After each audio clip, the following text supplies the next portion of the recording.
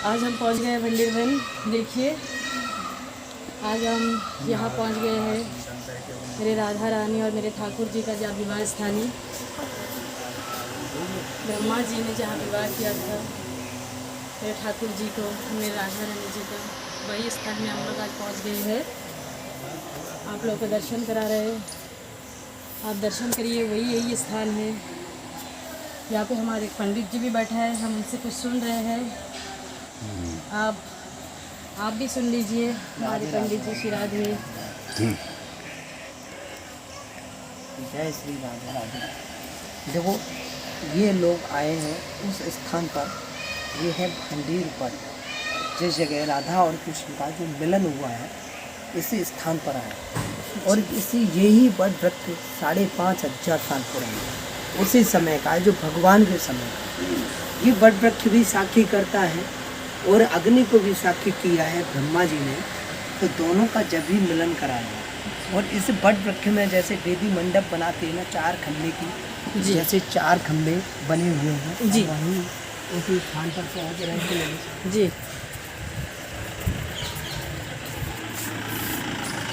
देखिए वही स्थान है जहाँ भगवान ने स्वयं उसको सबसे पहले यही मंडप को बनाया था। फिर ये सबसे ऐसा सजा दिया था जैसे फूलों से, मालाओं से सबसे सजा हुआ है। देखिए ये बना हुआ है 1 2 3 और 1 4, यहाँ से अलग है।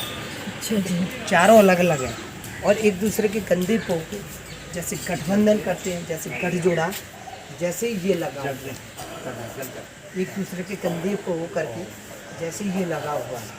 ये कृष्ण का रूप है, ये राधा का रूप है। कृष्ण जी सामने हैं और राधा जी को जी। ये देखिए इसी में जैसे कोई भी भक्ति करता है, जैसे भाव करता है, तो ठाकुर जी के अवश्य दर्शन होते हैं।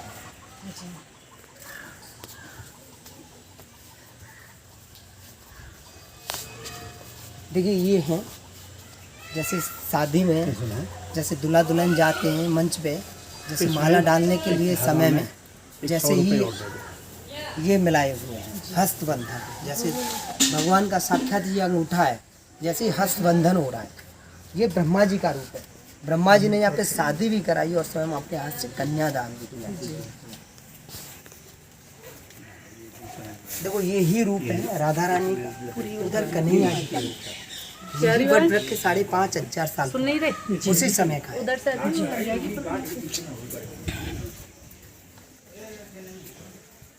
देखिए वो शादी में जो ब्रह्मा जी ने जब हवन अग्नि को साक्षी किया था, उस समय का हवन कुंड बना हुआ है सामने। अब इसका निर्माण करा दिया है, पहले कच्चा था। देखिए ये ठाकुर जी हैं, फेरे डालते हुए राधा कृष्ण है। वही उसी वैसे ये बांसुरी की मुद्रा में है, पर बांसुरी वाले नहीं हैं, क्योंकि इन्होंने उस टाइम पे बांसुरी इधर लगा रखी थी और शादी कर रहे थे। जैसे पति पत्नी अपनी साइड चेंज करते हैं जी, जैसे बामांग में आते हैं जैसे साइड चेंज होती है, तो ये राधा रानी और ठाकुर जी साइड चेंज करे हुए हैं।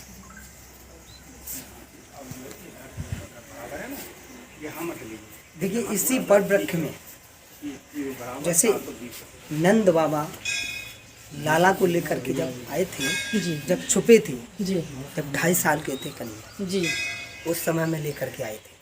अब जब छुपे थे तो इसी वट वृक्ष की आड़ लेकर के छुप गए थे जी।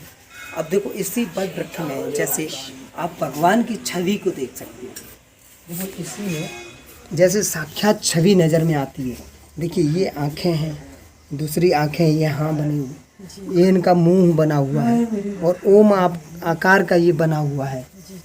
और ये मुंह ये होता है जैसे ये बना हुआ है। स्वयं ठाकुर जी का एक दृश्य दिखाई देता है इसी में। जब 2.5 साल के थे कन्हैया जी, जब नंद बाबा लेकर के आए जी। अब राधिका जी 14 साल की अवस्था में थी। अब राधा रानी स्वयं प्रकट हुई है। जैसे आंधी तूफान आनंद का, दिन में भी रात हो रही है, तारे टमक रहे हैं, बरसात हो रही है, तो बाबा भयभीत हो रहे हैं, घबरा रहे हैं, हे प्रभु इसकी रक्षा करो, रक्षा करो। जब लेकर के आए थे तो नंद बाबा ऐसी वट वृक्ष की आड़ लेकर के छुप गए। अब जब छुप गए थे, जैसे सूर्य हजारों कोटियों की समान ऐसा उत्पन्न होता है जैसे नंद बाबा और डर जाते कि जैसा क्या आ रहा है। जी उनकी तरफ देखते हैं तो आंख मिची की मिची रह जाती है नंद बाबा की। जैसे मिची की मिची रह जाती है तो एक छोटी सी कन्या के रूप में प्रकट होती है राधा रानी। अब जैसे राधा रानी प्रकट होती हैं तो नंद बाबा एकदम से चौंक जाते हैं। यहाँ तो किसी का आना हुआ है, साधारण व्यक्ति तो आ नहीं सकता है। देखिए तो एक कन्या खड़ी होती है छोटे से रूप में। तो अब कन्या से पूछी गई, लाली तू कहाँ से आई है? देखियो कैसा मौसम खराब है रो, तू कहाँ से आई है? तू अपना परिचय दे। बोलिए कैसा है, मैं तो बन सखी हूँ, वन में गैया चरा रही थी, यहाँ से निकल के जा रही थी, आप घबरा रहे थे और लाला को याद कर रहे थे, प्रभु को ध्यान कर रहे थे। अब लाला को मेरे को दे दो, मैं छुपा लूँगी। कि देखो अनजानते व्यक्ति को मैं लाला को कैसे दे दूँगी? तुमने अभी मेरे को परिचय तो कराया नहीं है, अपने दर्शन कराओगे जब मैं दूंगा लाला। जैसे नंद बाबा को तुरंत ही दिव्य दर्शन कराए। अब जैसे दिव्य दर्शन कराए तो नंद बाबा भी पैरों में पड़ते हुए लाला को देते हुए बोले, हे देवी अपने प्राणनाथों को समा, ये तेरे प्राणनाथ है। देखो वही कृष्ण है, वही राधिका है, कोई अलग नहीं है। वही राधा रानी है, वही कन्हैया जी। क्योंकि जब तक इन्होंने नेत्र नहीं खोले थे, जब तक इनके दर्शन नहीं कर लिए पहली बार जब पैदा हुई थी, जब तक नेत्र नहीं खोले थे, इनके दर्शन नहीं कर लिए थे। उस युग में राधा रानी इन्हीं की तपस्या करती थी, क्योंकि इन्होंने तपस्या बहुत करी है। जब कन्हैया जी जब नामकरण किया था, कुल गुरु गर्गाचार्य जी थे ने, उन्होंने बोल दिया था कि साधारण व्यक्ति नहीं है, तुम जो समझ रहे हो। जब ही लिख दिया था कि आसक्त श्री राधा रानी के साथ इसकी शादी होगी और कहाँ होगी, भांडेर बन जाओगे तो एक पट विशाल है उसके नीचे हो।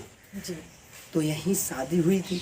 जैसे ही अब नंद बाबा ने गोदी में दे दी है कन्हैया जी, अब गोदी में दे करके नंद बाबा कह रहे हैं कि देख लाली मेरी गाय इधर उधर गई, मेरी गाय इधर उधर बाहर गई, तो मैं उनको लेके संभालने के लिए जा रहा हूँ। जब तक मैं ना आऊँ जब तक लाला का ध्यान रखिए। लाला गोदी में ले लिया, बाबा से कह दिए बाबा आज्ञा है आप जाइए, आज्ञा है आप जाइए। तो बाबा तो चलते रहे मैंने, जैसे चलते जा रहे हैं तो कह रहे हैं लाली देख लियो इसको छोड़ मत दियो, लाला छोटो है थोड़ा सा भटक जाएगा। कहना है बाबा आप जाइए, नहीं छोड़ूंगी नहीं। तो बाबा यहाँ से चले गए तो राधा रानी ने एक पल्ला लिया है, पल्ला लेकर के उसी में सुला दी और ब्रह्मा जी का आह्वान किया, क्योंकि ब्रह्मा जी को भी श्रापित थे। एक जो सरस्वती थी उनके मुख से पैदा हुई थी, उन्हीं की बेटी उनके मुख से पैदा हुई थी। इनके ब्रह्मा जी के पास मुख थे, तो एक शंकर जी ने सिर काटा और कह दिया था तेरी आज से ब्रज में जाएगा तो पूजा नहीं होगी, खाली भोग ही लगता है। आज भी वही रीति है कि ब्रह्मा जी का केवल भोग ही लगता है, कभी वो नहीं, पूजा नहीं। ऐसे ही यहाँ पे ब्रज में आए, जैसी गाय चोरी हो गई। अब गाय का तो बड़ा अपराध, बोले कि मेरे को क्या करना पड़ेगा, देखो तपस्या करो, अगर वहाँ से वरदान लेकर के आए हो मैं युगल जोड़ी का दर्शन करना चाहता हूँ और स्वयं अपने हाथ से कन्यादान भी करना चाहता हूँ। तो जब उन्होंने तपस्या करी थी 68,000 वर्ष तपस्या करने के बाद एक मंदिर मिला था, पुष्कर जी राजस्थान। पूरे विश्व में एक ही मंदिर है ब्रह्मा जी का, पुष्कर जी राजस्थान में। जैसे ही यहाँ पे ब्रह्मा जी आने को हुए तो अक्षमात शिशु कुमार से राधा रानी ने उनको बड़ा कर दिया। बड़ा कर करके दोनों विहार कर रहे हैं। ब्रह्मा जी आते हैं कि हे देवी आपको बोलो खंड वाली बात ध्यान है कि हाँ बिल्कुल ध्यान है, आज मेरा वो समय आ गया है, आप दोनों का मिलन कराना है, स्वयं अपने हाथ से कन्यादान भी करना। अग्नि को प्रकट करते हुए, इस वट वृक्ष को भी साक्षी करते हुए दोनों का मिलन भी कराया है। जैसे गीत मल्हार मोरों ने, पंखियों ने, सबने ऐसे कन्हैया जी की जब शादी हो रही थी मल्हार गीत चल रहे हैं सबके, तो कन्हैया जी कह रहे हैं देखो ये इनको भी पता है हमारी शादी हो रही है। सभी ने और देवताओं ने, समर्थ तीर्थों ने, सब ने अपने फूलों की बरसात की। उपस्थित कोई नहीं था पर सब ने अपनों फूलों की बरसात की है। अब जब फूलों की बरसात की है कन्हैया जी जान गए थे, सबको पता चल गया हमारे। अब जब इसी स्थान को जैसे गुप्त माना जाता है, गुप्त वृंदावन के नाम से जाना जाता है, जैसे ही पूरा कार्य कराया है ब्रह्मा जी ने, अब कन्हैया जी से कह रहे हैं कि अब देखो यहाँ पे कौन कन्यादान करने वाला जी, आप ही करोगे।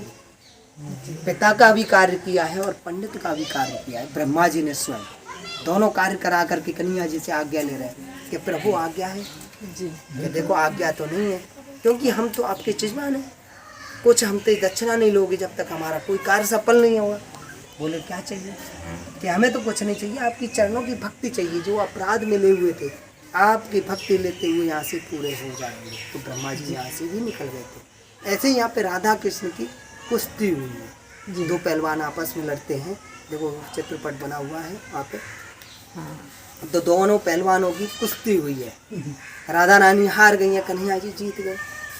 अब जो दोनों कह रहे हैं कि भैया जी ने चीटिंग कर ली है जी कि नहीं नहीं, ये तो कन्हैया जी जीत गए हैं, ये तो राधा रानी स्वयं हार गई, क्योंकि उन्होंने भी जीत दे दी थी कन्हैया जी, क्योंकि बोल रहे कि ये हमारे ये हैं कि इनको ये जीत दे दो। ऐसे ही यहाँ पे दुर्वासा ऋषि थे जो ये तपस्या करते थे, जो भोजन लीला कराई है इसी बट वृक्ष के नीचे कराई है। अच्छा कन्हैया जी ने जैसे अग्नि को पान किया है, इसी बट वृक्ष के नीचे अग्नि को पान किया है। जैसे गाय जल रही है, ग्वाल भी जल रहे हैं, तो अग्नि को पान किया है। सभी से कह दिया है कि देखो ऐसा है, सभी अपनी अपनी आंखें बंद कर लो। तो सभी ने, ग्वालों ने, सखाओं ने, सभी ने अपनी आंखें बंद कर ली हैं, तो अग्नि को पी गए हैं। बोलो राधा रानी गर्भ खंडित हो जाते हैं। ये सोमतियों में नहाए, जब सोमती अमावस्या होती है उस दिन नहाए तो 100% उनकी मनोकामना पूरी हो जाती है। जैसे ठाकुर जी का स्वास्तिक लगाएं, एक मुकुट है जो इधर ही लेके चल रहे हैं आपको, देखिए ये मुकुट है इस ठाकुर जी का बना हुआ है, जैसे भगवान की छवि होती है, जैसे चेहरा उतार करके यहाँ पे रख दिया है ठाकुर जी का। और यहीं नारियल चढ़ा है और यहीं स्वास्तिक लगाएं तो 100% उनकी मनोकामना पूरी हो जाती है। और इसी के जो बैणुकूप है आप देख रहे हैं, जो बैणुकूप है जो सोमती अमावस्या होती है उसी दिन दूध की धार निकलती है, दूध जैसा कलर हो जाता है। आज भी जब सोमती अमावस्या होगी उसी दिन दूध जैसा कलर हो जाता है इसमें से, आज भी देख सकती हो, क्योंकि ये अभी 17-18 दिन हुए हैं। उस दिन आप आते देखते तो बिल्कुल ऐसा वाइट कलर हो गया था, एकदम चेंज हो गया था इसका। और यही बैणुकूप उसी ग्वालों की, जैसे भगवान के दोष हो गया था, गाय की हत्या हो जाती है, जैसे गाय की हत्या हो गई भगवान की, और जब गाय की हत्या हो गई तो ग्वाल सखा लोग बोले कि भैया तेरे को 84 तीर्थों में जाना पड़ेगा और सारे तीर्थों में स्नान करने पड़ेंगे, चुटकी भर आटा भी मांग के लाना पड़ेगा। बोले कि भैया ठीक है। भगवान सोचने लगे, एक वृक्ष की आड़ लेकर के जैसे ही सोचने लगे बंसी उठाई, तो बंसी उठा करके तो खोदने लगे तो जल निकलने लग गया। तो भैया ग्वाल सखा लोग बोले कि क्या भैया कहाँ कर वो जय बैणुकूप का निर्माण किया था। जैसे समर्थ तीर्थों को बुलाया है, 84 तीर्थ हैं उसमें सभी को बुलाया है, और धीरे धीरे अपने कन्हैया जी के ऊपर से जल ढालने लग गए हैं। तो एक जैसा तीर्थ आया तो पूरा ही दूध की ढाल लेकर के आया, जैसे दूध की ढाल लेकर के आया है तो उसी से स्नान किया, जब पाप दूर हुए। अब उन्हीं का जैसे पाप दूर हो गए तो कन्हैया जी ने कही भैया मारने वाला से देखने वाला दोषी होता है, क्योंकि फिर ग्वाल बोले कि भैया अपनी बला इसने हमारे ऊपर डाल दी, अब आप हम भी कैसे करें जी। तो इसी हौदियों में स्नान कर लिया। अच्छा जी। हाँ, उनका जब जल जा रहा था नीचे बह करके, इसी में स्नान कर लिए थे, उनकी भी शुद्धि हो गई। अब शुद्धि हो गई तो फिर वहाँ चले गए, उसी बट वृक्ष के नीचे चले गए। बट वृक्ष के जैसे नीचे चले गए, जैसे ही जाते हुए उन्होंने देखा कि भैया अब तो हमारे साथ खाओगे? यहाँ बिल्कुल खाएंगे। जैसे भोजन करोगे यहाँ बिल्कुल करेंगे तुम्हारे साथ, बनाओ खाओ। तो सभी ने भंडारा बनाया है, वही बना करके बट वृक्ष के नीचे भोग लगा करके भगवान को। और फिर ग्वाल सखा लोग बोले कि भैया तेरे को तो गाय की हत्या हुई है, अब तू तो ब्राह्मण को गाय दान करेगा, एक भोजन कराएगा, जब तेरी शुद्धि होगी। तो बोले कि ठीक है भैया हम तो यही प्राश्चित कर लेंगे। तब भगवान ने स्वयं भंडारा भी किया और हमारे को गाय दान भी की। बोलो राधे राधे। दाऊ जी मंदिर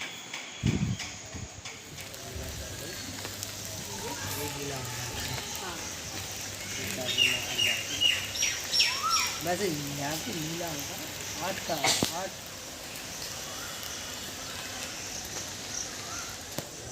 अम्मी का